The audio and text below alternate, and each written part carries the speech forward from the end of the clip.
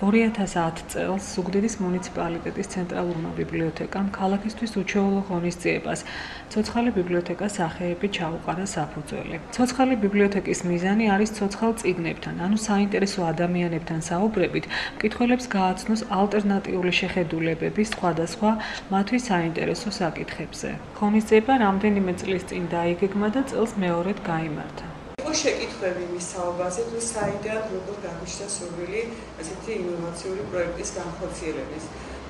ამაზე მუშაობა დაიწყო წლების წინ თბილისში ახალგაზრდობის ფორუმზე შევხვდი არასამთავრობო ორგანიზაციას ასოციაცია დრონის და მის ხელმძღვანელს გიორგი კიკალეიშვილს, რომელმაც მომაწოდა ეს იდეა და ამცნა, რომ ეს იქნებოდა ძალიან კარგი და საინტერესო მკითხველებისთვის.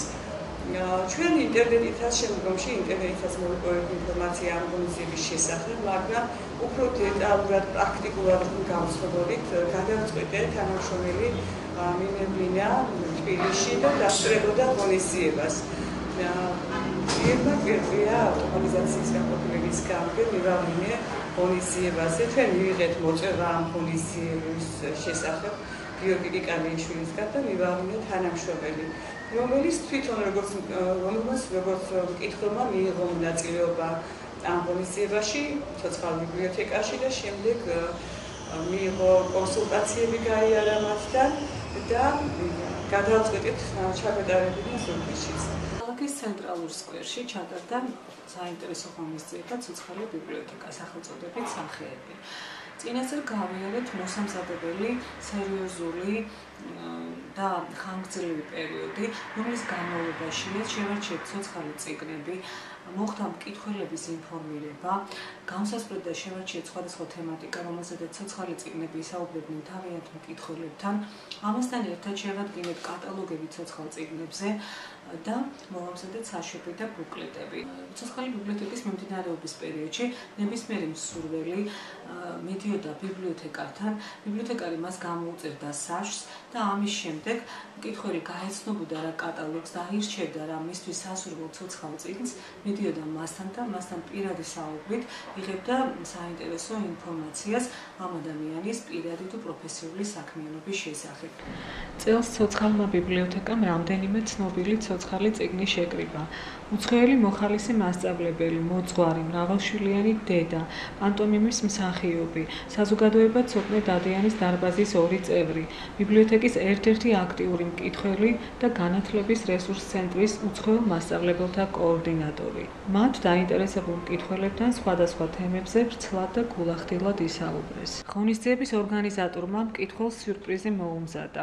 ყველაზე აქტიური მკითხველი ნათია ჩხაპელია, ადამიანი, ვინც ყველაზე მეტი ცოცხალი წიგნი წაიკითხა, სიგელით დააჯილდოვა. ღონისძიებამ წელს ისევე როგორც შარშან წარმატებით ჩაიარა. ამაზე მეტყველებს ცოცხალ წიგნთა და მკითხველთა მიერ შთაბეჭდილებათა წიგნში გაკეთებული ჩანაწერებიც. ბიბლიოთეკა ყველაზე თბილი სახლია, სადაც უამრავ მეგობარს იძენ წიგნის სახით. სწავლობ, ეჩვევი და ყველაფერი შენეული გონია. აქ არაჩვეულებრივი გარემოა იმისთვის, რომ წიგნებს დაუმეგობრდე.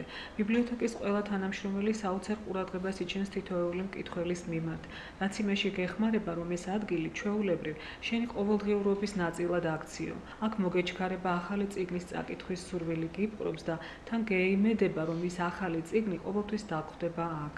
ახლა რაც შეეხება ბიბლიოთეკის პროექტებს, ძალიან მომწონს და მივესალმები მათ ინოვაციურ იდეებს, რომელთა 99% შესრულებადია და ამას ფაქტები გვიჩვენებს. მიხარია, რომ ჩემს ქალაქს ასეთი ბიბლიოთეკარები ჰყავს, ახალი შემართებით, კრეატიული აზროვნებით და უშუალობით სავსემი. მივესალმებით ღელანდელ ღონისძიებას, რომელიც ერთ-ერთია იმ უამრავი პროექტებიდან, რომელიც ბიბლიოთეკამ უკვე განახორციელა. საინტერესო სახეები, საინტერესო იდეები და აქტიური მკითხველები ნუ მოგიშალოთ ღმერთმა. კეთილი სურვილებით, ტელეკომპანია უდიშის საინფორმაციო სამსახურის უფროსი ნანა ქობალია. დღეს ძალიან შემცირდა იმ ადამიანთა რიცხვი, რომელთათვის წიგნი არის მეგობარი. ამ ფონზე სასიხარულო და მისაბაძეა ბიბლიოთეკის წამოწყება ცოცხალ წიგნთან მიმართებაში. იმედი მაქვს, ეს ღონისძიება კიდევ ერთი ბიძგი იქნება იმ ადამიანებისათვის, ვინც მოუცლელობამ თუ სხვა გარემოებებმა მოაცილეს წიგნთან ურთიერთობის სიხარულს. უსურვებ ბიბლიოთეკას წარმატებებს და კიდევ მრავალ ახალ იდეასა და ღონისძიებას. უფალით თქვენთანა, დეკანოზი ანდრია კემულარია.